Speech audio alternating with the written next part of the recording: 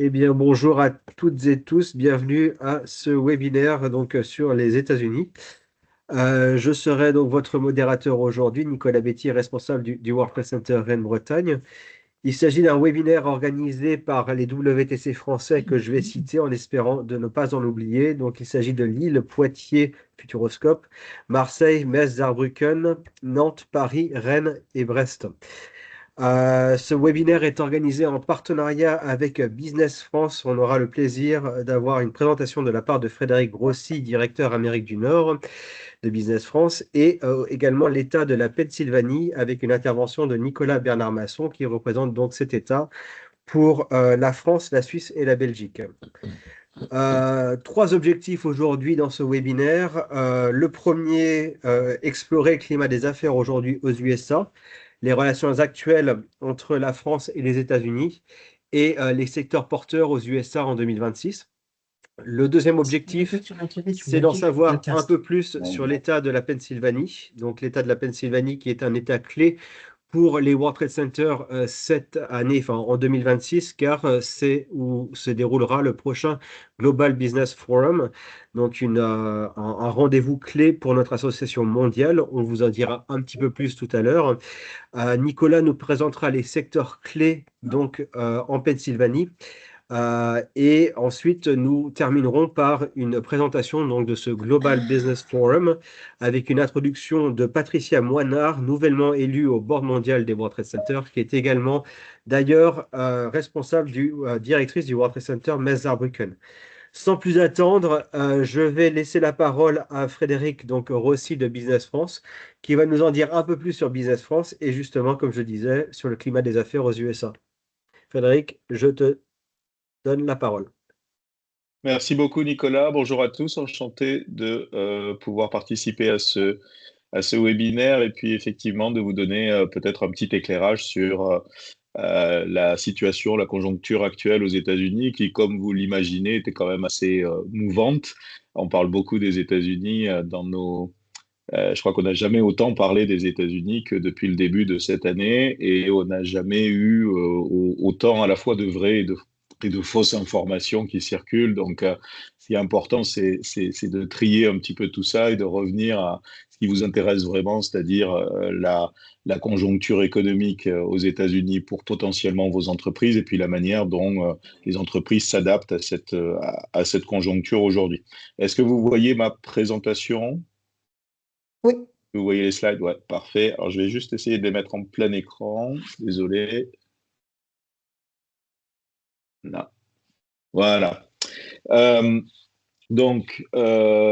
très rapidement, bon, vous connaissez Business France, donc je vais peut-être pas revenir sur le fait qu'on est une agence publique de 1500 personnes avec une mission qui est l'internationalisation de l'économie française à travers le soutien aux entreprises françaises qui souhaitent craquer des nouveaux marchés, se développer sur des nouveaux marchés à l'international, et puis également dans l'autre sens, l'attraction des investissements étrangers en France. Et comme en Amérique du Nord, c'est-à-dire aux États-Unis et au Canada, on a la chance d'avoir le plus gros réseau de Business France à l'étranger, plus de 100 personnes sur l'ensemble de cette grande géographie nord-américaine, qui sont réparties, comme vous le voyez là, sur les deux pays, États-Unis, Canada, et puis sur l'ensemble des grandes villes les plus importantes et les plus grands bassins économiques en coast to coast, comme on dit ici, et du nord au sud, et ben finalement, on est plutôt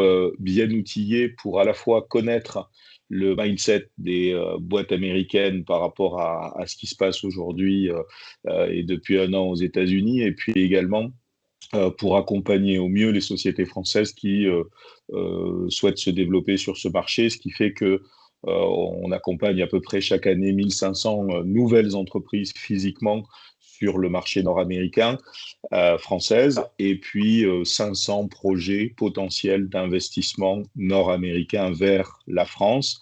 Et les États-Unis demeurent, Trump ou pas Trump, le premier pays émetteur d'investissements étrangers en France chaque année depuis à peu près 30 ans. Je crois qu'il y a eu une seule année où il y a eu une exception, où c'était l'Allemagne, mais depuis 30 ans, sinon, c'est les États-Unis qui sont notre premier notre premier investisseur étranger. Et à ce titre-là, évidemment, nos équipes parlent avec toutes les sociétés américaines, avec au moins 1000 et quelques sociétés américaines chaque année, des plus petites aux plus grandes.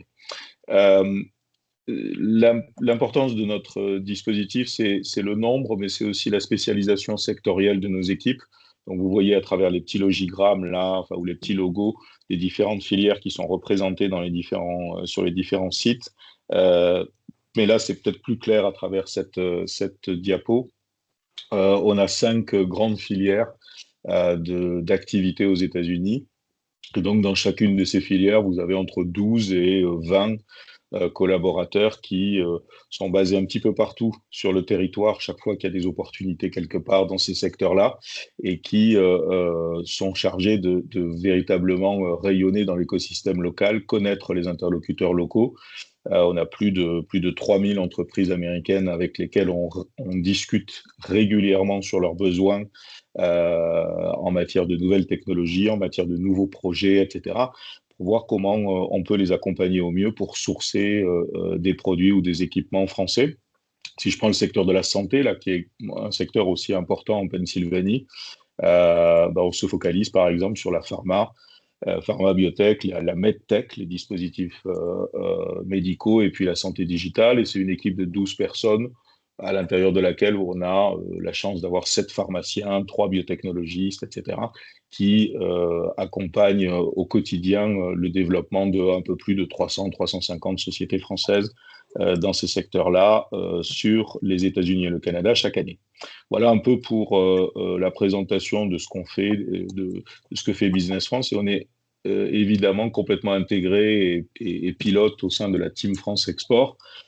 Et donc, à ce titre-là, partenaire naturel à la fois des chambres de commerce en France, évidemment, de BPI France et de tous les autres acteurs.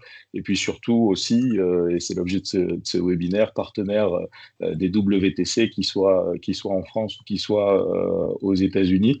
Et on travaille également aussi avec ces structures. Et je vous remercie de m'avoir du coup invité aujourd'hui dans le cadre de cette belle mission que vous prévoyez en Pennsylvanie l'année prochaine. J'ai mis ici quelques événements majeurs qui sont des événements qui ont lieu aux États-Unis, mais qui sont des événements de rayonnement à la fois nord-américain pour tout cela, et puis pour certains d'entre eux, des événements quasiment mondiaux. Par exemple, le Salon Bio, c'est la Mecque, entre guillemets, mondiale des biotechnologies. Et c'est surtout ces événements, entre autres, que nous sommes actifs et que nous amenons des délégations, des cohortes d'entreprises françaises. Et s'il n'y a pas d'événement, c'est nous qui créons l'événement en créant nous-mêmes une cohorte d'entreprises dans un secteur donné sur une problématique spécifique. Ça peut être les vins et spiritueux, ça peut être la healthcare avec notre programme Next, par exemple, ça peut être les French Sports Days, qui nous permettent d'aller à Los Angeles, par exemple, chaque année maintenant en préparation des Jeux Olympiques, pour que les sociétés françaises qui se sont positionnées sur les JO en France puissent se positionner sur les JO de Los Angeles.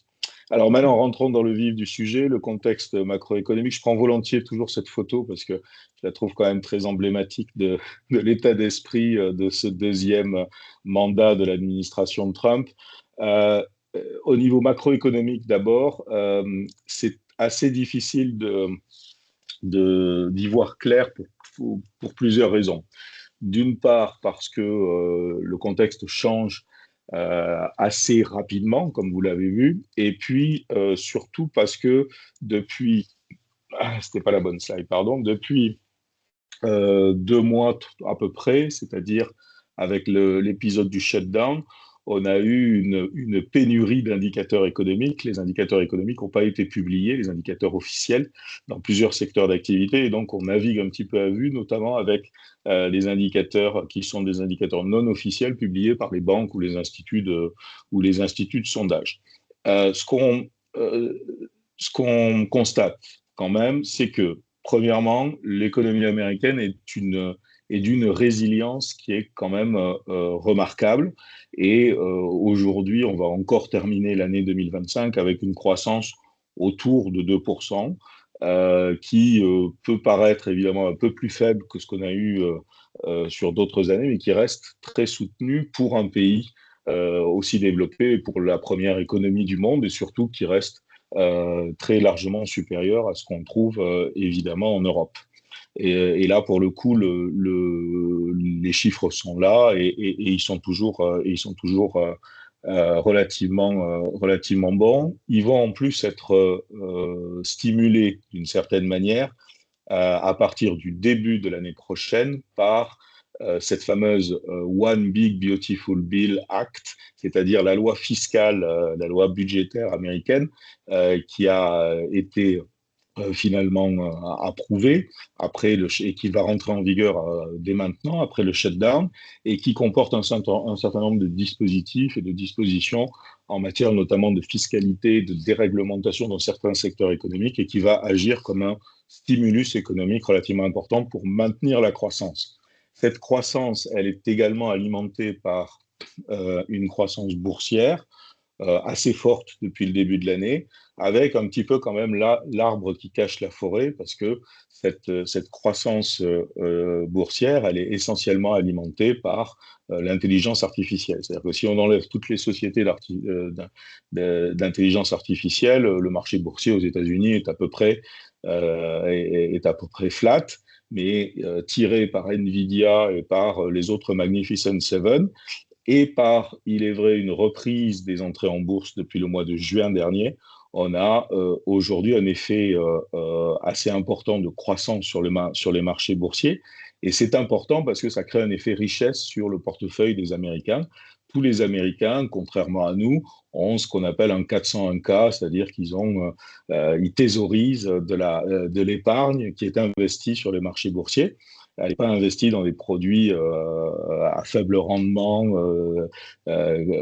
classiques. Elle est investie sur ces produits-là. Et donc, pour le coup, les Américains ont l'impression d'avoir aujourd'hui, alors je dis l'impression parce que à la bourse, on perd ou on gagne, mais ils ont aujourd'hui un effet richesse qui est relativement important depuis plusieurs années et particulièrement depuis le début de l'année, qui est lié à la croissance de ces typologies d'entreprises. Là où on a beaucoup plus d'incertitudes, c'est sur deux aspects, l'inflation et l'emploi. Alors l'inflation, parce que effectivement, avec les droits de douane, je vais y arriver évidemment, c'est le sujet principal qui nous occupe sur le marché américain. On s'attendait tous, et les économistes s'attendaient à avoir un pic d'inflation, d'autant plus que la Fed a dû baisser ses taux sous notamment la pression du gouvernement actuel. In fine, aujourd'hui, on n'a toujours pas vu de regain d'inflation important aux États-Unis. Alors, l'inflation reste relativement importante, hein, un petit peu moins de 3%, elle aussi entre 2,8 et 3%, mais elle reste jusqu'à présent dans les chiffres contenus. Et là, on a véritablement deux écoles aujourd'hui. On a ceux qui pensent que il y a eu un petit pic qui s'est déjà diffusé dans l'économie depuis la hausse des droits de douane du Liberation Day en avril dernier, et que finalement, il ne faut pas s'attendre à avoir un pic d'inflation important. Donc, on voit aujourd'hui certaines entreprises qui ramènent à la baisse leurs prévisions d'anticipation d'inflation et notamment d'impact des droits de douane sur leur business, notamment celles qui importent depuis des pays avec lesquels des accords douaniers ont été trouvés avec les États-Unis. Et puis on a au contraire dans certains secteurs, notamment de biens de consommation, des acteurs qui vous disent l'inflation, elle va mettre beaucoup de temps à se diffuser dans l'économie, l'inflation liée aux droits de douane, parce que le marché américain est structuré avec une multitude d'acteurs, vu sa taille et vu sa structuration, tout simplement, ou parfois réglementaire, c'est-à-dire que dans certains secteurs, vous êtes obligé de passer par un importateur, un distributeur, un retailer, etc. Chacun prend sa marge. Tout le monde a fait des efforts pendant des mois pour absorber finalement au fur et à mesure de la chaîne de valeur cette augmentation liée aux droits de douane. Mais là, on arrive un peu au bout de l'histoire et après les fêtes, parce qu'il y a eu évidemment des effets stock pour préparer la grande période de consommation entre Thanksgiving et Noël, et ben là, on va avoir finalement enfin cette augmentation inflationniste. Donc ça, c'est vraiment l'indicateur que suivent tous les économistes aujourd'hui pour savoir si, in fine, début 2026, l'inflation va rester contenue ou va au contraire euh, réaugmenter, picking up. Et c'est le sujet politique aujourd'hui principal. Alors aux États-Unis, il se traduit d'une autre manière, c'est-à-dire qu'aujourd'hui, le sujet principal des républicains et des démocrates, celui sur lequel Trump s'est retrouvé à la Maison-Blanche avec le nouveau maire complètement socialiste de New York et se sont tapés sur les mains, c'est le sujet de l'affordability, c'est-à-dire le coût de la vie et donc du coup le sujet sous-jacent derrière de l'augmentation du niveau des prix. Le deuxième sujet majeur qui, lui, pour le coup, commence à devenir problématique, c'est le sujet de l'emploi avec des statistiques qui sont jusqu'à présent assez difficiles à interpréter, mais qui commencent quand même à se clarifier, avec un marché de l'emploi qui devient vraiment beaucoup plus difficile, essentiellement, pour plusieurs raisons. L'impact de toute la politique migratoire actuelle, peut-être ce ralentissement de la croissance, ou cette incertitude qui pèse depuis un an sur l'économie et qui fait qu'il y a quand même certains investissements qui ont été gelés pour l'instant par les entreprises. Et puis surtout l'impact de l'intelligence artificielle, on ne le voit pas encore de cette manière-là en France, mais aujourd'hui, si on discute avec des universités américaines, vous avez déjà des gens qui vous disent bah, la dernière cohorte de codeurs qui sont sortis des universités américaines ne trouvent pas d'emploi aujourd'hui à cause de l'impact de l'intelligence artificielle et de modèles qui permettent de coder très facilement. Et donc, ces gens-là, bah, soit ils continuent à faire des études, soit ils acceptent des petits jobs qui ne sont pas du tout ceux pour lesquels ils s'étaient prédestinés. Donc, voilà, on a un impact sur le marché de l'emploi qui est intéressant à suivre parce qu'il est assez précurseur de ce qui peut nous arriver à nous, mais qui aujourd'hui fait que, bon, on a quand même, on est toujours à 3,5-4% de chômage aux États-Unis, donc on est sur quelque chose de très, de proche du plein emploi, mais on a des signaux qui sont plutôt négatifs et qui font que du coup, la Federal Reserve est en train de jouer un jeu très difficile entre baisse de taux d'intérêt pour stimuler l'emploi, c'est ce qu'elle a fait depuis l'automne dernier, et puis au contraire, maintien de taux relativement élevés pour essayer de juguler une potentielle inflation qui pourrait arriver au début de l'année prochaine. Depuis le début de l'année, ce qui se passe finalement, et ce qui peut résumer un peu tout ce que je viens de dire, c'est qu'on a à la fois des hard indicators, c'est-à-dire des indicateurs réels de l'économie, mesurables, qui sortent d'organismes officiels, qui sont des indicateurs qui sont plutôt bons toujours et même assez largement supérieurs à ce qu'on trouve en Europe avec une conjoncture qui est très résiliente.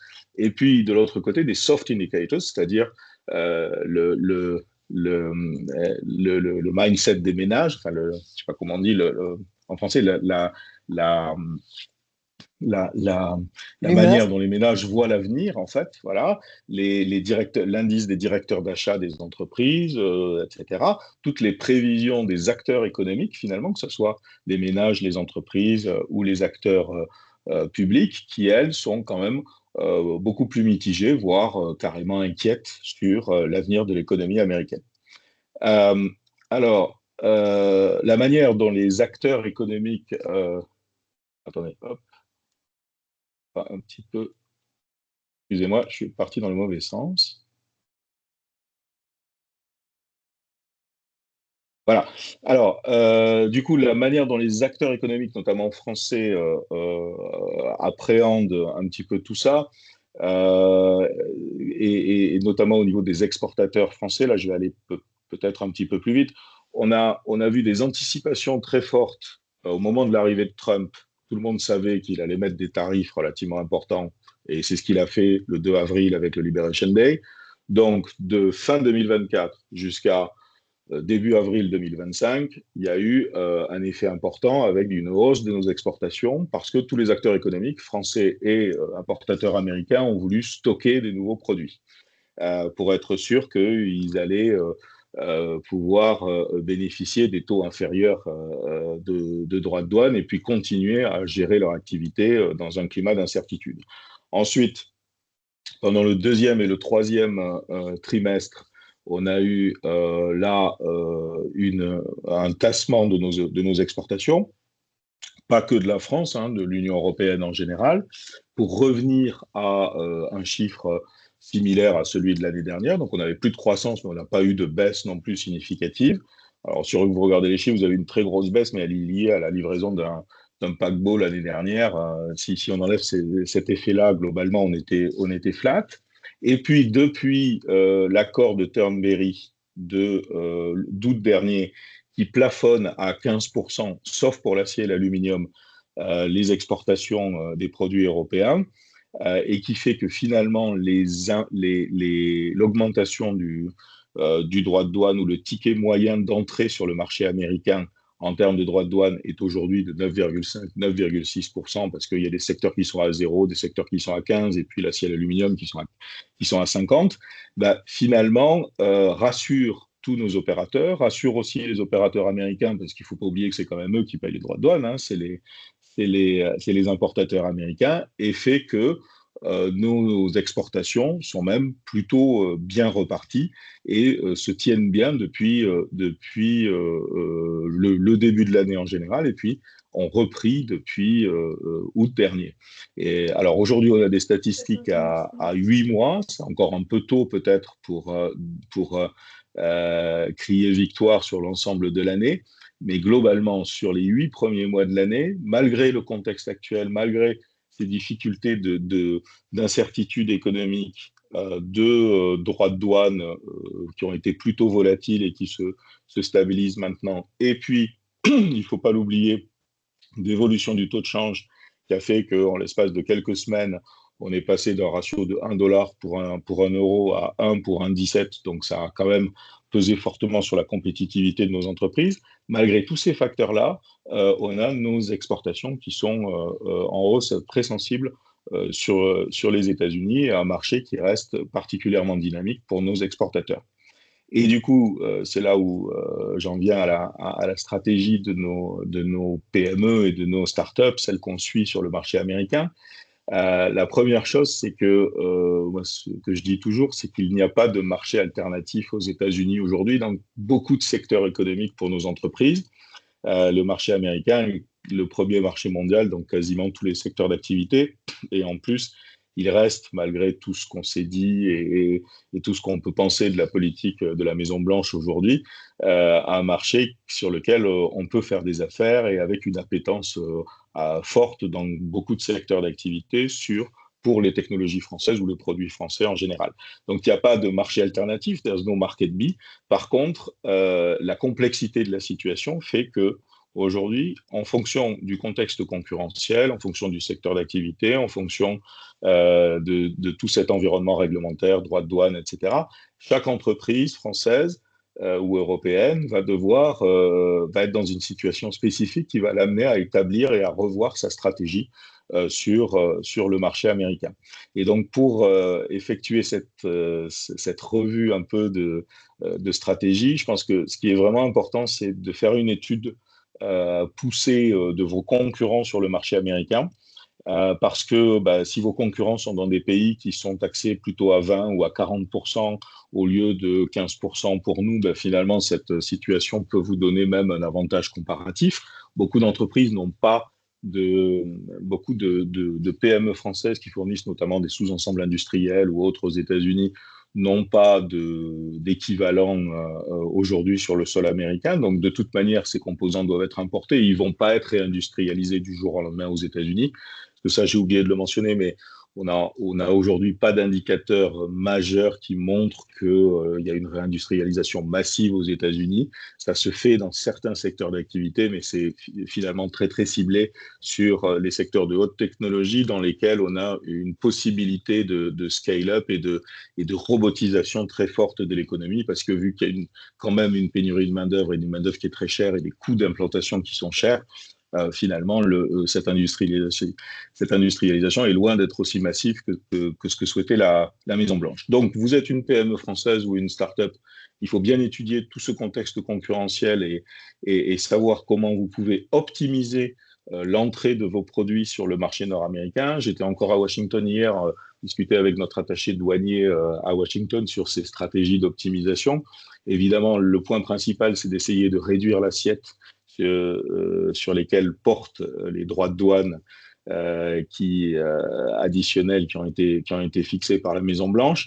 La seule difficulté majeure qui perdure aujourd'hui, depuis les accords de Turnberry et ce plafonnement à 15%, c'est sur l'acier et l'aluminium où on a des pics tarifaires à 50% et surtout sur la difficulté, si vous faites des produits industriels qui comportent de l'acier et de l'aluminium, à remplir toutes les contraintes qui sont maintenant imposées par les douanes américaines sur l'origine de l'acier, l'origine de l'aluminium, les lieux de transformation, etc., pour faire la déclaration qui soit la plus précise possible et finalement la plus avantageuse aussi pour votre société.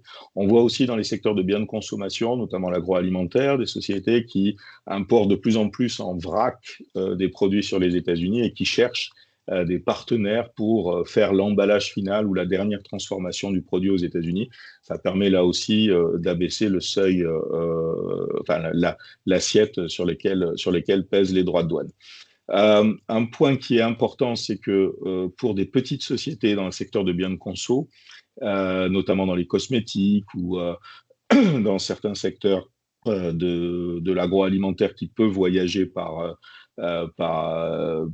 facilement par avion, on avait ce qu'on appelle la règle des de minimis, c'est-à-dire qu'on pouvait expédier les produits depuis la France via la poste, tout simplement, sur le marché américain en franchise de droits de douane, à condition que la valeur du produit soit inférieure à $800. Il y avait beaucoup de sociétés qui faisaient du business ainsi.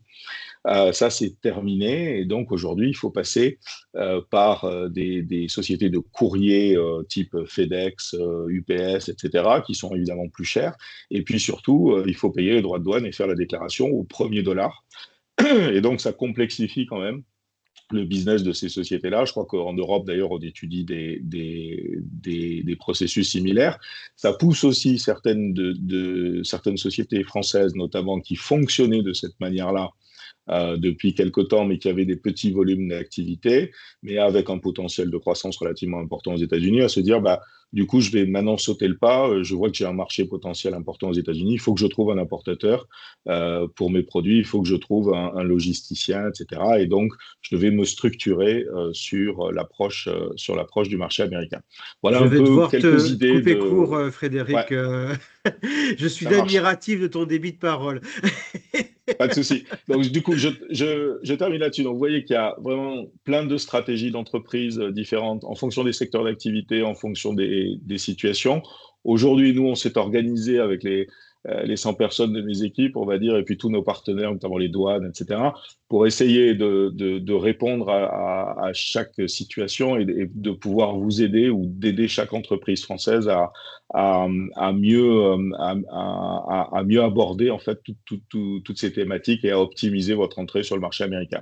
Je pense que vous aurez les slides que je présente et donc j'avais listé en dernière diapo quelques secteurs d'activité avec les grandes tendances.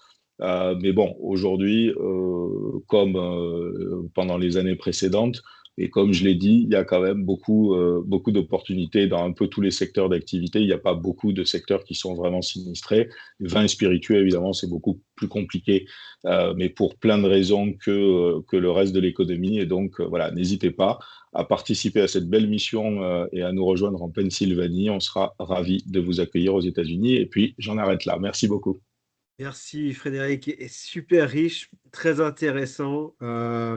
Et comme j'ai dit, je suis jaloux de ton débit de parole, moi qui suis pris avec une grosse crève depuis 2 semaines. J'aimerais bien pouvoir parler aussi, aussi clairement. Un grand merci, merci pour ton soutien.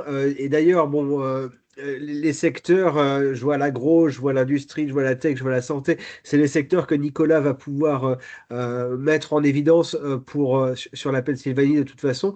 Encore un grand merci, Frédéric. Et pour celles et ceux qui ont des questions, n'hésitez pas à les poser dans le chat. On pourra essayer d'y répondre soit en live, soit après. Et j'ai bien retenu le fait qu'on pourra partager les slides, Frédéric, lors du petit mail de remerciement que nous avons l'habitude d'envoyer. Nicolas, je te donne la parole et n'hésite pas à partager ton écran. Merci encore, Frédéric. Merci beaucoup, Nicolas. Vous m'entendez bien? Oui, C'est je t'entends c'est bien. tout bon? On t'entend Ok, bien. super. Je vais partager mon écran. Et est-ce que ça fonctionne? Oui, très bien. Oui, ok, super. Alors, tout d'abord, merci à tous les WTC pour l'invitation à présenter l'État de Pennsylvanie, l'État où se situera le prochain GBF. Et puis également, merci à Business France pour le panorama États-Unis. Donc, je vais vous présenter les opportunités d'affaires en Pennsylvanie. Je suis le représentant de l'État de Pennsylvanie pour la France. Ma mission, c'est d'aider les entreprises francophones à s'implanter en Pennsylvanie.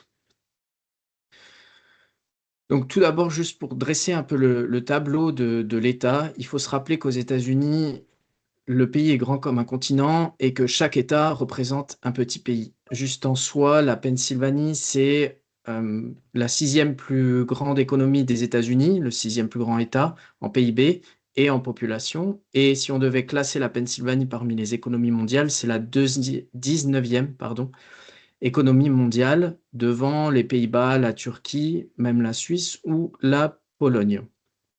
Donc, bien se rappeler que quand vous allez venir visiter le GBF ou prospecter des clients américains, voire même vous installer aux États-Unis, chaque État est grand comme un pays européen. Au niveau de l'accès au marché, la Pennsylvanie, c'est dans le quart nord-est des États-Unis. On est limitrophe des États de New Jersey, Delaware, Maryland, Ohio, West Virginia, ainsi que du Canada, juste au-dessus du lac Erie. Sur cette carte, vous retrouverez Toronto et le Canada. Pour vous donner un ordre d'idée, entre Philadelphie et New York, que vous voyez sur cette carte, vous avez à peu près 1 heure et demie de train, c'est un train direct, ou 1 heure et demie de voiture. Et pour un Philadelphie-Washington DC, on va être sur 2 heures de train et 2 heures de voiture suivant le trafic.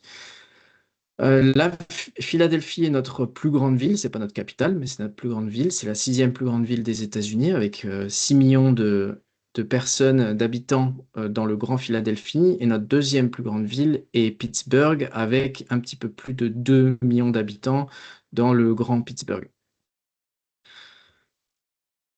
Juste pour vous donner un ordre d'idée sur l'approche du marché américain, dans le plus grand des rayons que vous voyez ici, de 800 km, vous avez à peu près 60% de la population canadienne et 40% de la population américaine. Donc, il est vrai qu'aux États-Unis, la population est très concentrée sur des zones démographiques qui se trouvent principalement sur le nord-est des États-Unis et sur le Canada, et dans une moindre mesure un petit peu dans le sud des États-Unis. Ça se voit très bien sur ce slide-là, où vous voyez différentes zones de population. Les zones en turquoise sont celles où on va retrouver le plus de population aux États-Unis. Donc le corridor Boston-Washington DC, au sein duquel Philadelphie se trouve exactement au milieu. Philadelphie, qui je rappelle sera la ville hôte du prochain JBF, Global Business Forum des associations de VTC qui nous réunit aujourd'hui. Juste après l'édition Successful de Marseille qu'on vient d'avoir cette année. Cette répartition de population est de facto, surtout pour ceux qui adressent les marchés B2C de clients, on la voit très bien sur des graphiques en 3D. Vous pouvez voir ici la répartition de population aux États-Unis avec les plus grands pics sur le nord-est des États-Unis. Donc le plus grand que vous voyez ici, c'est New York. J'ai mis un petit peu des petites barres pour vous représenter Philadelphie et Pittsburgh. On se retrouve vraiment à mi-chemin entre le corridor démographique du nord-est et le corridor démographique des Grands Lacs du Midwest. La Pennsylvanie, c'est le petit rectangle au milieu entre les deux. Là aussi, je vous ai mis un autre graphe, je passe assez rapidement, mais c'est juste pour pouvoir se le représenter de différentes manières. Un des avantages principaux de la Pennsylvanie et du Nord-Est, ça va être les axes logistiques majeurs. L'État de Pennsylvanie est traversé par les principales autoroutes américaines, donc pour aller exporter et ensuite livrer des clients sur les États-Unis, la Pennsylvanie est vraiment un choix logistique de premier ordre. Nous avons par exemple l'I-80, Interstate 80, qui traverse côte est jusqu'à côte ouest, euh, direct, tout en traversant tout l'État de Pennsylvanie. Et vous retrouvez aussi des axes logistiques majeurs nord-sud qui traversent également la Pennsylvanie. Maintenant, pour entrer dans le détail des secteurs prioritaires et de ce qui se passe dans notre État, qui est, je le rappelle, et ça vient d'une étude qui vient tout juste de sortir, le seul État en croissance du Nord-Est américain. On a adressé 5 secteurs majeurs. C'est une priorité du gouverneur actuel, le gouverneur Shapiro, qui a listé 5 secteurs économiques et dressé un plan économique sur 10 ans sur lesquels on va très fortement investir dans ces secteurs-là pour faire de la Pennsylvanie le leader sur les États-Unis. Le premier secteur, c'est tout ce qui va toucher l'agriculture et l'agroalimentaire. Juste à titre d'information, l'État de Pennsylvanie est le 4e État américain producteur de produits alimentaires. Vous avez un très fort secteur agriculture et un très fort secteur transformation agroalimentaire, food and beverage. En local, vous avez plus de 2500 sociétés de transformation agroalimentaire. C'est un des secteurs les plus importants de notre État, qui emploie énormément de personnes et qui contribue à plus de 132 milliards de dollars par an au PIB de l'État de Pennsylvanie. Autre débouché important, si vous êtes lié ou si vous avez des clients dans le secteur de l'énergie, l'État de Pennsylvanie est le deuxième net supplier d'énergie aux États-Unis en tant qu'État, avec plus de 1000 sociétés dans le secteur de l'énergie. On est le deuxième producteur d'énergie nucléaire, deuxième État, le plus grand producteur d'énergie nucléaire aux États-Unis, et deuxième État plus grand producteur de gaz aux États-Unis. On a un prix de l'électricité et du gaz qui est très très peu cher pour le Nord-Est américain et pour les États-Unis au sens large. C'est vraiment un atout pour de la fabrication locale ou de la cofabrication sur le Nord-Est américain. Autre secteur important au niveau de l'État, et je ferai un focus sur la ville de Philadelphie après, puisque c'est ça qui nous intéresse pour le Global Business Forum. Les life sciences, on est le 4e État le plus important aux États-Unis dans le domaine de la santé, avec plus de 3000 entreprises. Le domaine de la santé va de la pharmaceutique, compléments alimentaires, aux medtech, biotech et aux entreprises de thérapie cellulaire et génétique. On a un taux de croissance annuel qui est plus fort que le reste des États-Unis dans ce secteur d'activité. On a attiré récemment des très gros investissements. On a les plus grosses majors du domaine de la pharma ou de la biotech qui sont implantées déjà en Pennsylvanie. Et on a régulièrement des gros investissements dans des sites industriels de sociétés pharma, biotech ou medtech. Avant-dernier secteur de choix pour l'État de Pennsylvanie, ça va être l'Advanced Manufacturing. On a la 6e plus grosse main-d'œuvre manufacturière des États-Unis. Un Pennsylvanien sur 10 travaille dans les secteurs manufacturiers.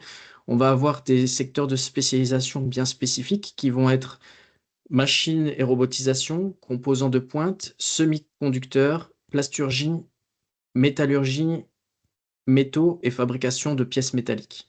Ça va vraiment être des composantes de spécialisation qu'on pousse, sur lesquelles on est déjà énormément fort. En plasturgie, par exemple, si je prends juste cet exemple-là, il n'y a que 7 diplômes de plasturgie aux États-Unis et 2 des 7 diplômes se trouvent dans l'État de Pennsylvanie. Donc c'est vraiment on a pris le temps de décortiquer nos industries les plus fortes pour comprendre nos secteurs, nos sous-secteurs et nos segments importants. Et dans ceux-ci, vous savez déjà que la Pennsylvanie est en pleine croissance et si vous cherchez à exporter dans ces secteurs ou à trouver des clients, c'est là qu'il faut regarder. Enfin, dernier secteur qu'on pousse le plus aussi, robotique et technologie. Alors, on a En Pennsylvanie, l'université Carnegie Mellon, qui est l'université numéro 1 aux États-Unis en IA, et l'université numéro 1 aux États-Unis en robotique. On a même un cluster de robotique industrielle qui se trouve à Pittsburgh. Donc, c'est vraiment des technologies de niche sur lesquelles on est premier aux États-Unis. Robotique industrielle et IA, recherche dans l'IA. On a eu aussi récemment une annonce de Waymo cette semaine de l'installation et du développement de leur marché sur Pittsburgh. Donc, on a aussi un cluster de véhicules autonomes sur la ville de Pittsburgh et toutes les technologies liées à ce segment. Maintenant, pour faire un focus sur les échanges entre la France et la Pennsylvanie, du point de vue des échanges commerciaux, et là je ferai plutôt un focus dans le sens export depuis la France vers les États-Unis, qui va être le tableau de droite. Les produits que la Pennsylvanie importe le plus depuis la France sont principalement des produits pharmaceutiques, soit pour soutenir la production pharmaceutique locale comme composants, ingrédients, soit purement pour aller sourcer d'autres produits qui ne sont pas encore fabriqués aux États-Unis. On importe également en Pennsylvanie énormément de machines électroniques industrielles qui viennent de France. Il faut savoir qu'il y a un vrai savoir-faire français dans la machine industrielle et ce sont des choses qui sont énormément recherchées, d'une part de par les sociétés américaines, mais également de par les sociétés françaises qui sont implantées en Pennsylvanie et qui font de l'importation des équipements pour leur production locale. Je pense notamment à l'industrie agroalimentaire. On a des grandes sociétés et des grands groupes français de l'agroalimentaire implantés en Pennsylvanie qui importent leurs machines depuis l'Europe. Ensuite, beaucoup d'importations de plastique, de matières plastiques également. On en fabrique en local, on a même un cracker de polyéthylène en Pennsylvanie, mais il n'empêche qu'on source quand même une partie du plastique et on importe une partie du plastique depuis l'étranger. Ça peut être notamment de la matière recyclée plastique pour de la fabrication verte. Et enfin, huiles essentielles et parfums.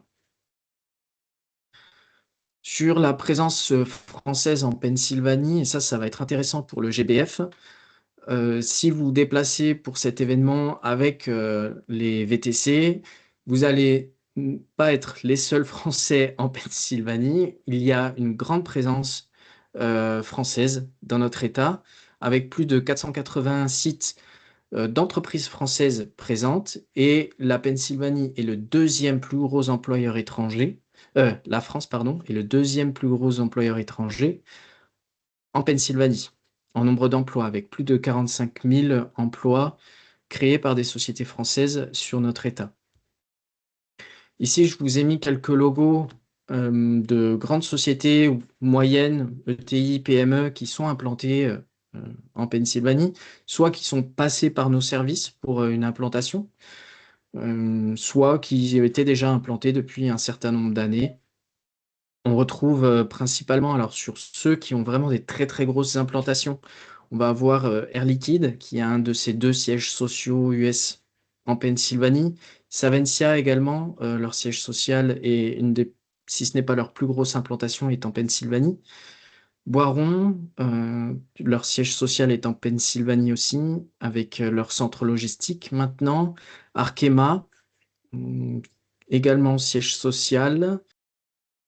Et après, sur d'autres, non, ça va plutôt être des grosses implantations de type usine ou bureau, mais pas forcément des sièges sociaux.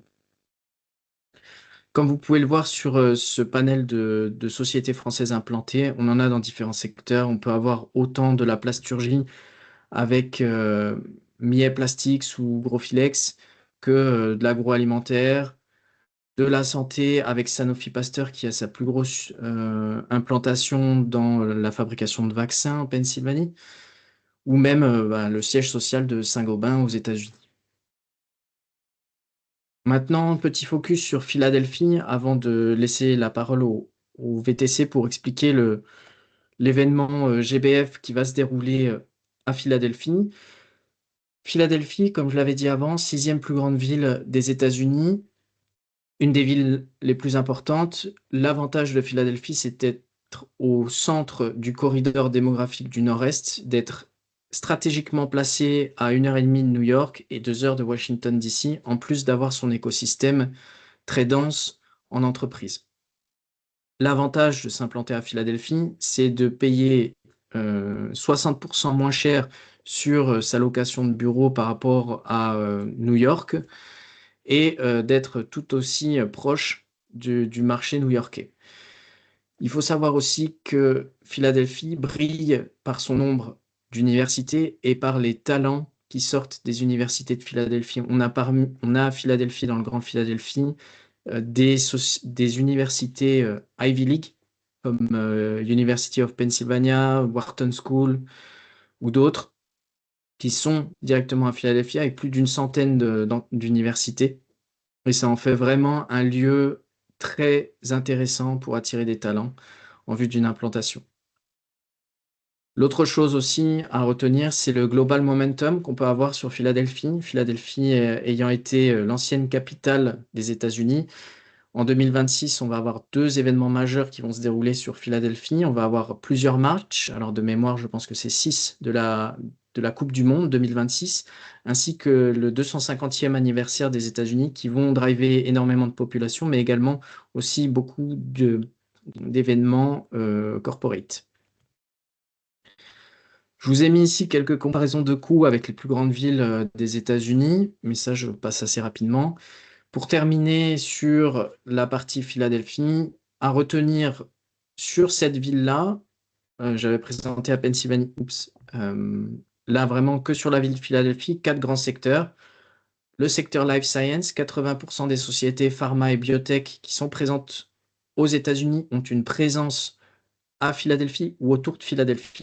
C'est vraiment une très, très grande concentration de sociétés dans la santé que vous pouvez rejoindre en quelques minutes de métro ou de voiture.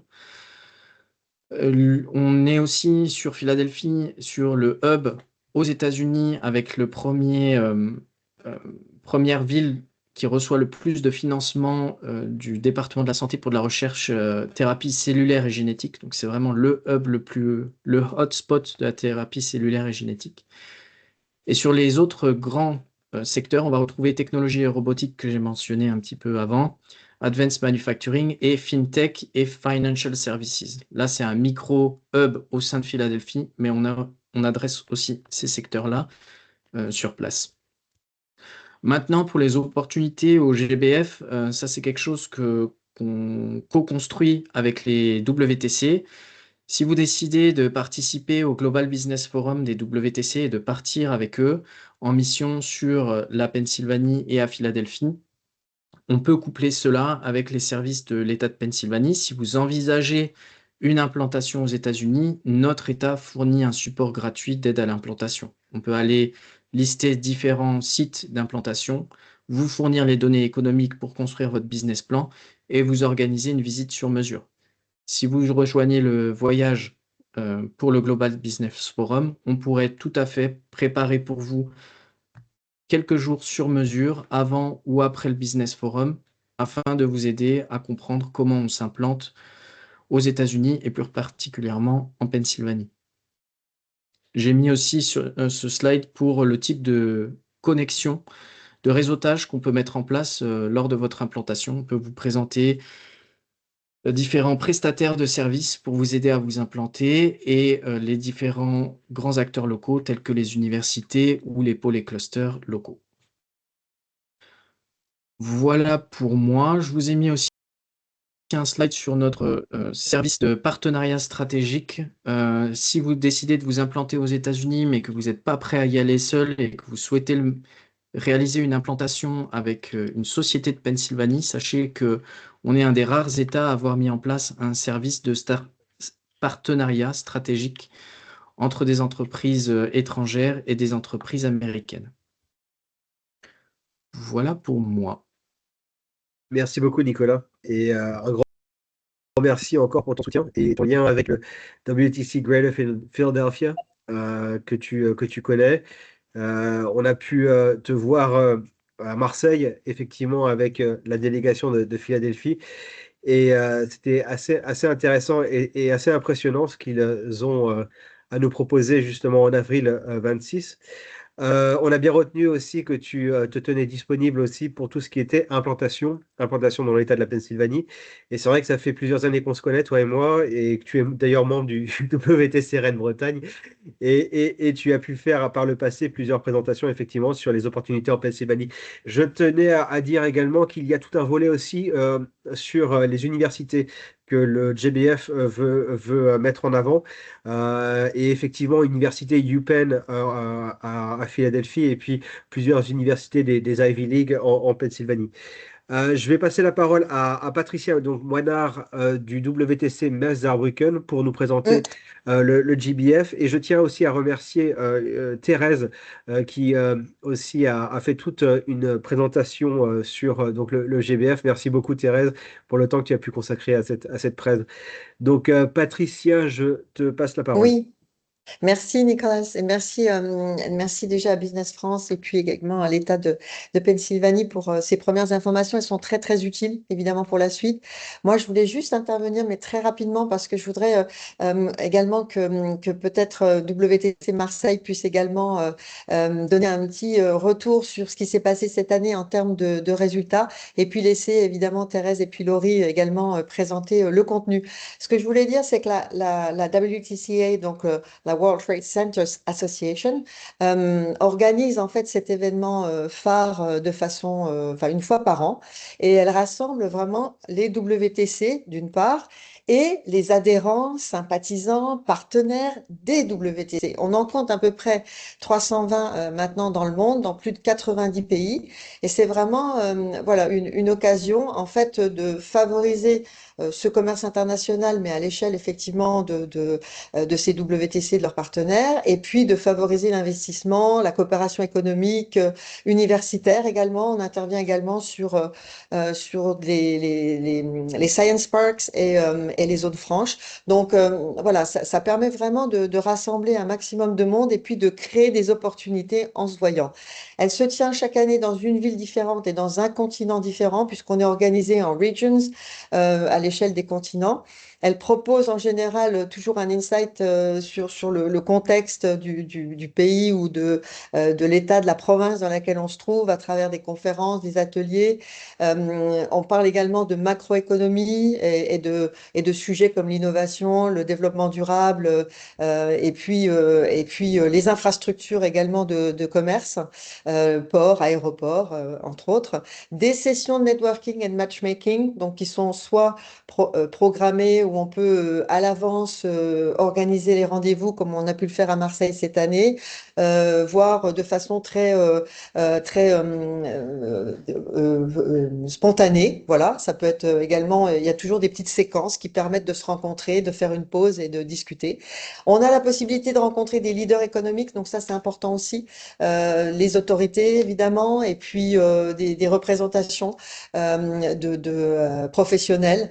Ça peut être également, comme on l'a évoqué tout à l'heure lors d'un précédent forum, on a pu travailler avec Business France et puis rencontrer également la communauté française présente. Donc ça, c'est extrêmement intéressant. Il y a des visites de sites stratégiques, des événements culturels également, et puis des visites aussi d'universités ou de centres de recherche et développement. Donc voilà, ça c'est vraiment, j'ai résumé très rapidement parce que je voudrais qu'on passe sur le contenu. Et puis peut-être avant de passer la main à Thérèse et à Laurie, voir si WTC Marseille a peut-être justement une ou deux, trois informations essentielles à porter à votre attention pour vous inciter à considérer ce forum comme une vraie opportunité de vraiment connaître davantage peut-être les États-Unis, de revoir peut-être aussi votre stratégie et de découvrir aussi un État et une grande ville avec énormément de potentiel commercial. Voilà ce que je voulais dire. Merci pour votre attention et tous les WTC français restent à votre disposition. Je passe la main alors à Laurie ou à Thérèse, aussi à WTC Marseille s'ils sont... Benoît, Ouais, je pense que Ouais, Benoît. super, allez. super. Bonjour à tous. Nous, on a eu le plaisir et l'honneur d'accueillir le Global Business Forum l'année dernière. C'était pour la première fois en France. en avril 25 du coup. Juste, moi, c'est un événement qui est, tout ce que tu as dit, Patricia, est vrai et réel. Humainement, je trouve que c'est un événement qui est incroyable parce que, en fait, comme tu dis, on a l'occasion de rencontrer du monde, mais la famille World Trade Center, la connexion est facile. Donc, on a vraiment accès à toutes les délégations d'entreprises qui viennent et à tous les les têtes d'affiche locales et des World Trade Center. Donc ça, c'est important si vous avez besoin, envie de développer votre business, que ce soit sur l'Amérique du Nord, sur la Pennsylvanie, ou même ailleurs dans le monde, ça va vous permettre d'avoir des connexions avec, sur Marseille, on avait plus de 80 pays qui étaient représentés, et ça, c'est facile à faire. Après, je dirais, venez avec nous parce que je le vois même sur le forum de discussion, vous êtes déjà en train de faire du business ensemble. Et c'est aussi une occasion entre membres des World Trade Center français d'échanger, de se connecter et de faire du business entre nous. Et on a eu aussi cette énergie à Marseille. On avait fait une soirée avec tous les clubs d'affaires de français. Finalement, on se connaissait pas, donc ça a permis de même nous connecter à l'intérieur de la French Connection. Et voilà, et c'est un événement qui est vraiment enfin, idéal, idoine pour développer son business. On a fait plus de 500 rendez-vous d'affaires nous, dans la journée B2B sur Marseille. C'est une volonté de la World Trade Center Association de développer de plus en plus les mises en relation et le développement de business. Je pense que c'est le lieu où il faudra être en avril 26 pour développer son business et chaque année y être pour pouvoir se connecter avec le monde et développer son Ouais, business à travers le monde. Je ne sais pas quoi vous super. dire d'autre, à part que c'est génial et venez avec nous. Ouais, voilà. Très bien. Merci, Merci. super. Je vais enchaîner justement sur Oui, pour Alors attends, 2 secondes, je te repartage. Alors, merci. hop. Donc voilà, je voulais justement reprendre la main sur le programme justement de cette année, hein, suite à ce que vous disait Benoît par rapport au succès de Marseille. Donc c'est vrai que l'idée cette année, enfin pour 2026 en fait, est de mener une délégation française à Philadelphie. Donc les World Trade Center s'associent justement pour vous proposer un programme spécifique, on va dire, dans le cadre de ce GBF. Donc, je rigole parce que je vois passer le message de la French Connection. Voilà. Pardon. Donc, en fait, l'idée, c'est bien que vous rejoigniez en fait cette délégation française pour profiter donc de ces 4 jours business à Philadelphie. Alors rapidement, hein, le programme est sur des temps en fait bien distincts. Donc le dimanche en fait on arrive et on commence le networking en fait dès le dimanche soir. On attaque ensuite le lundi par la partie conférence, par des ateliers qui pourront avoir lieu en marge. Alors on est sur un séminaire, hein, donc tous les ateliers, les conférences, les rendez-vous, tout a lieu en fait de manière, enfin tout est en même temps et on sélectionne en fait les sujets qui vont vous intéresser davantage avec donc les grands speakers des conférences. Nous n'avons pas encore à ce stade le programme achevé, mais ça il sera communiqué dès qu'on a l'information. Mais sur le principe, voilà, les conférences, les ateliers. Donc évidemment aussi tous les déjeuners sont proposés. Voilà, normalement le lundi aussi en fin de journée, il y a toujours un dîner régional auquel on peut vous convier. Le mardi, en fait, c'est vraiment la journée axée aussi sur les rendez-vous B2B que vous avez déjà aussi d'une certaine façon commencé la veille. Donc, comme le disaient Patricia et Benoît, une plateforme qui vous est dédiée pour sélectionner des rendez-vous et également être sélectionné par des rendez-vous. Alors, évidemment, aux États-Unis, donc des contacts américains, mais aussi vous pouvez très bien rencontrer les délégations qui seront présentes d'Afrique, qui seront présentes de Chine, qui peuvent être aussi présentes d'autres pays européens. L'idée ou du Brésil, voilà, l'idée étant vraiment de mixer en fait tous ces rendez-vous d'affaires pour aussi optimiser votre temps. Le mardi soir, nous aurons en fait un after work, donc nous organisons en lien avec la consule générale de France basée à Washington et la consule honoraire basée à Philadelphie.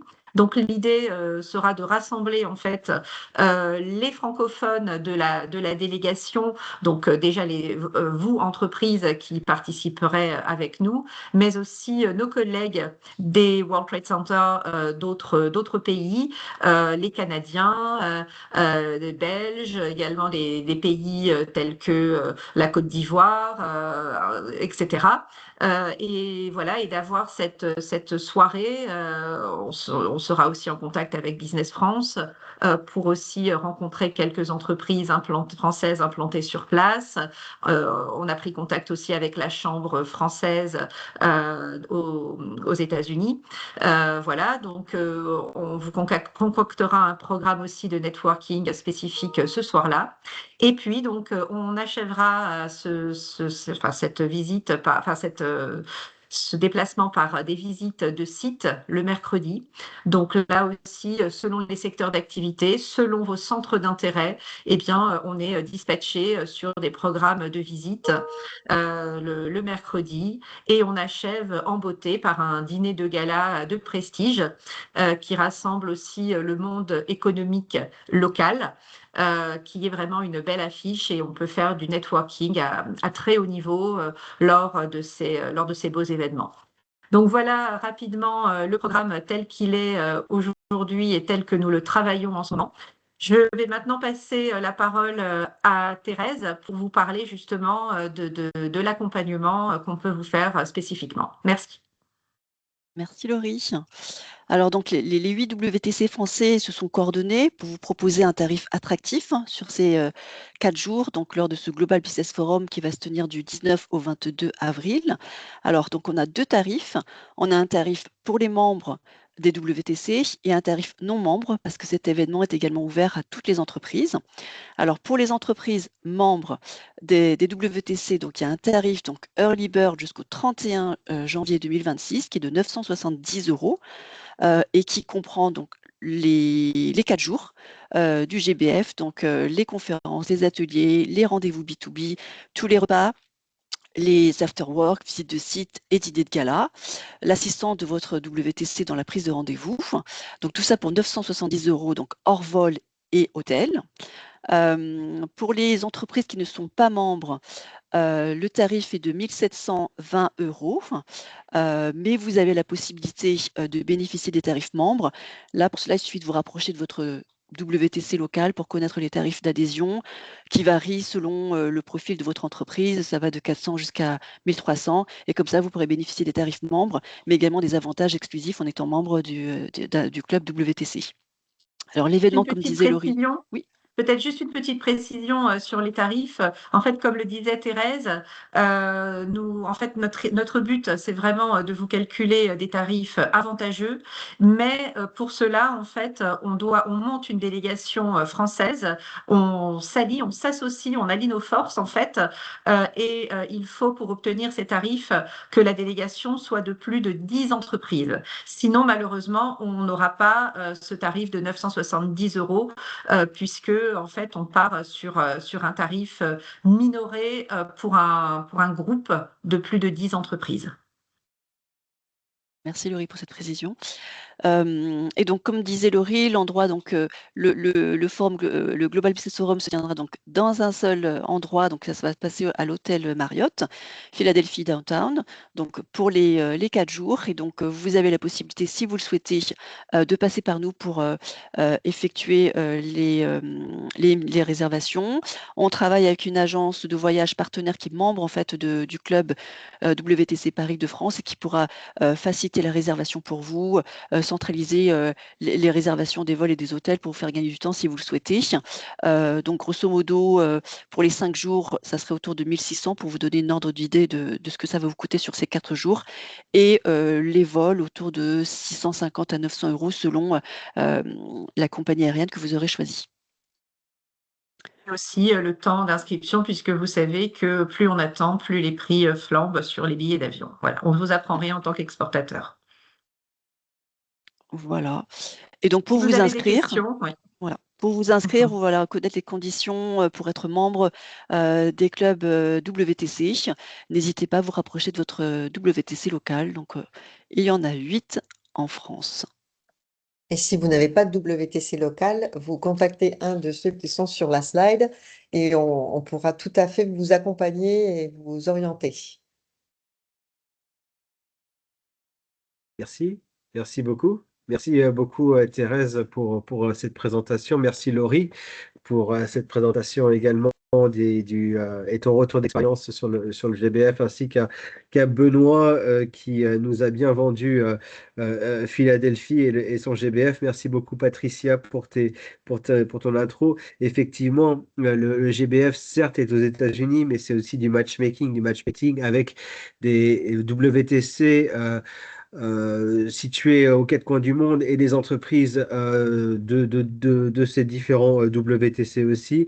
Comme Laurie l'a mentionné, effectivement, nous cherchons à monter une délégation donc française, d'entreprises françaises, et pour ce faire, justement, nous avons besoin d'une dizaine pour pouvoir proposer des prix intéressants.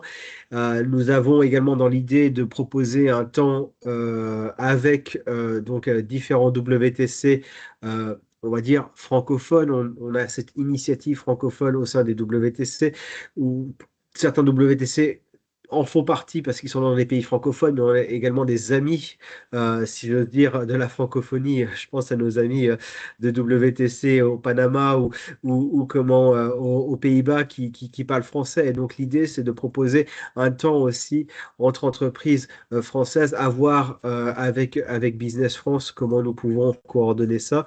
Mais voilà, vous avez une bonne idée maintenant de ce que c'est que ce Global Business Forum, ce que c'est que la Philadelphie et la Pennsylvanie, et aussi des tendances du marché donc américain en 2026. Un grand merci aussi à tous les autres WTC présents pour vos relais, pour votre soutien, à tous les membres, partenaires et amis des différents WTC présents. Et puis effectivement, si vous n'êtes pas proche d'un WTC, n'hésitez pas à vous rapprocher de l'un de nous. On saura vous mettre en relation avec les bonnes personnes. Encore une fois, comme on le dit en anglais, we know people who know people. Voilà. Qu'est-ce que je peux dire d'autre? Si nous n'avons pas répondu à toutes vos questions dans le chat, n'hésitez pas à les poser effectivement à l'un d'entre nous. Nous allons également vous faire suivre les différentes présentations ainsi que l'enregistrement de ce webinaire. Et donc, c'est à moi de vous souhaiter une très bonne journée pour celles et ceux qui nous rejoignent des États-Unis, n'est-ce pas, Frédéric, hein, pour le coup. Je vous souhaite une excellente journée à toi, hein, pour le coup. Une bonne après-midi au reste, et puis également une excellente fin de semaine et un très très bon week-end. Et merci à toi, Nicolas, pour la modération. Merci, Nicolas. Merci à tous. Merci à tous. À bientôt aux Merci, États-Unis. au revoir. Merci, au revoir. Merci.